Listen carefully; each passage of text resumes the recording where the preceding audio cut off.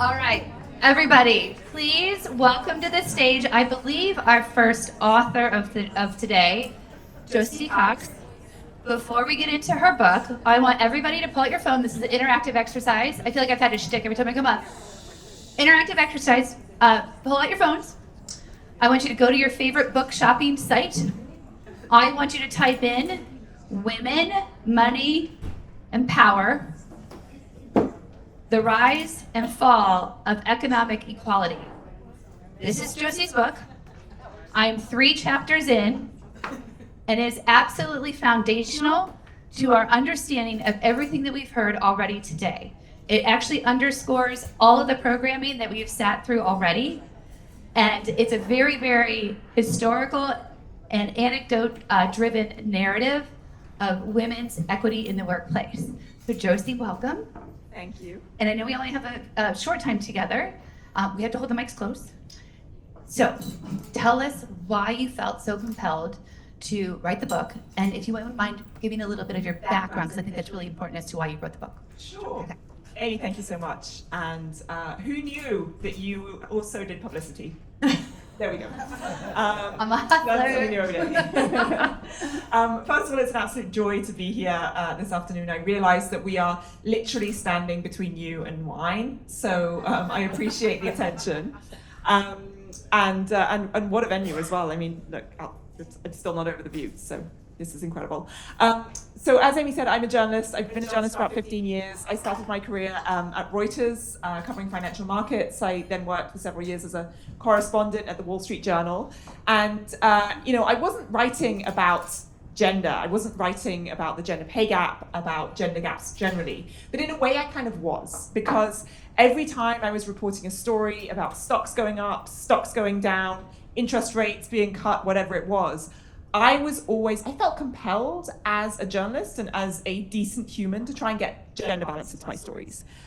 Because it just felt wrong that this topic of money, and big money as I tend to refer to it, is still so gendered in this day and age. That just didn't feel right.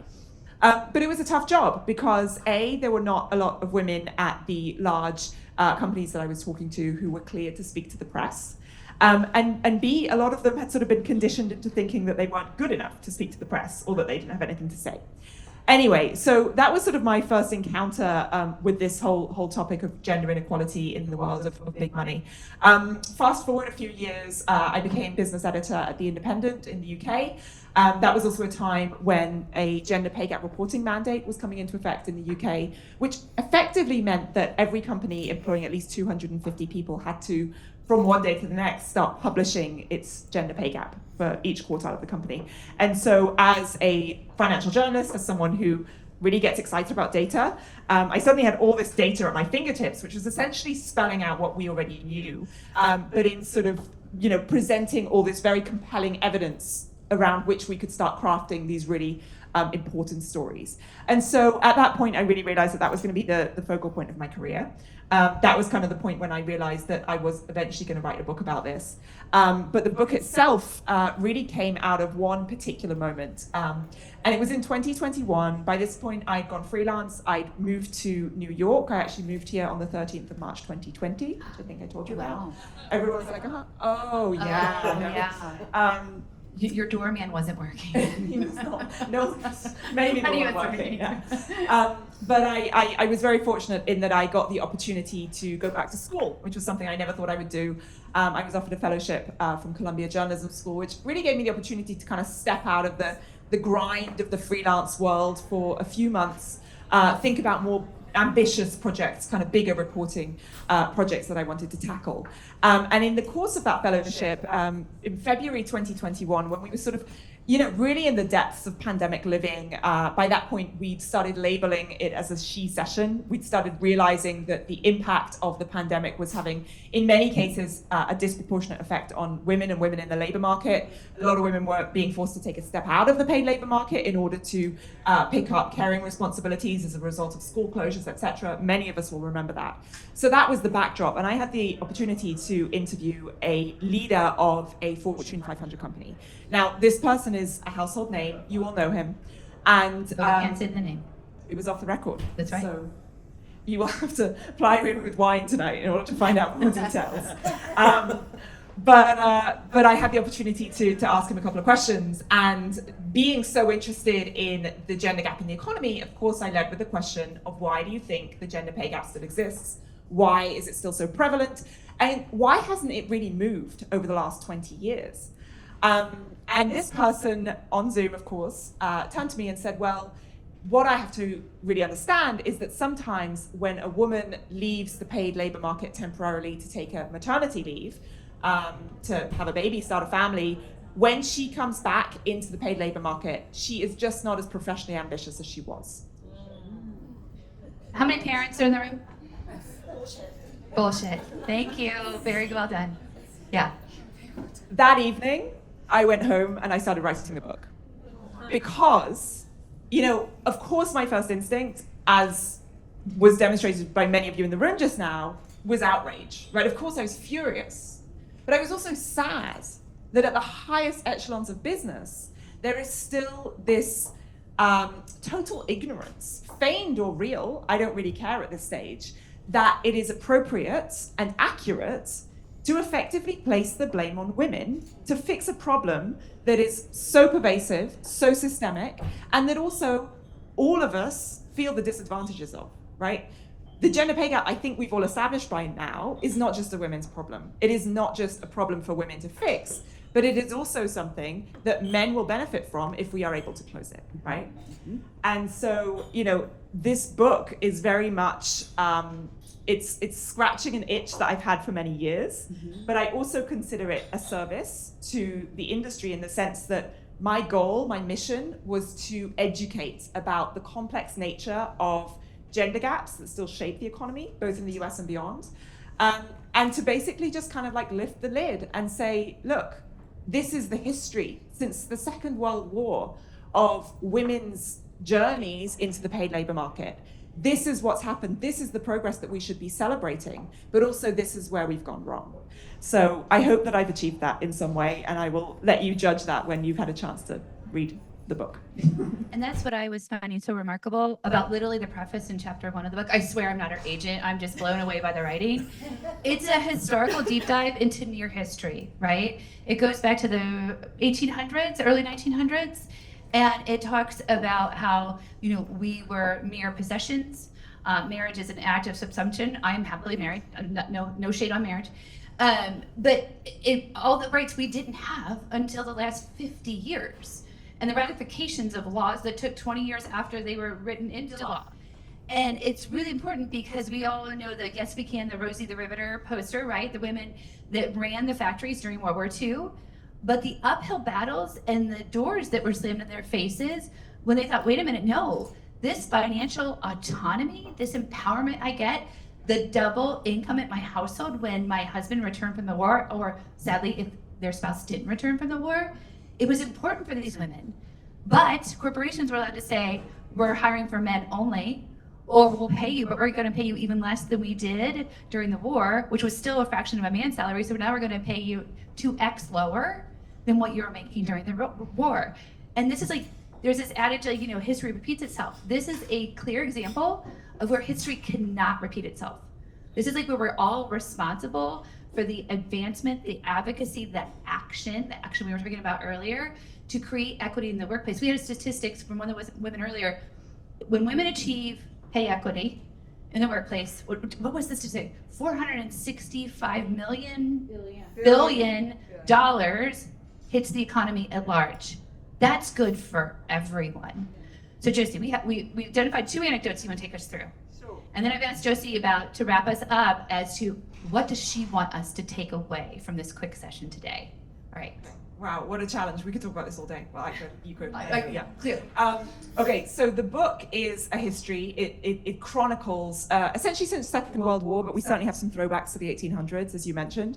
But I'm not a historian. I'm not an economist. I'm a journalist, and I love writing profiles. So the book is very much structured around profiles, and I really wanted to take the opportunity in writing the book to shed light on some of these women through history who have not only been written out of history, but who were never written into history in the first place. because I firmly believe that if we honor these people and if we celebrate their legacy, we are less likely to undermine the effort that they have gone to in order for us to be able to stand where we're standing today.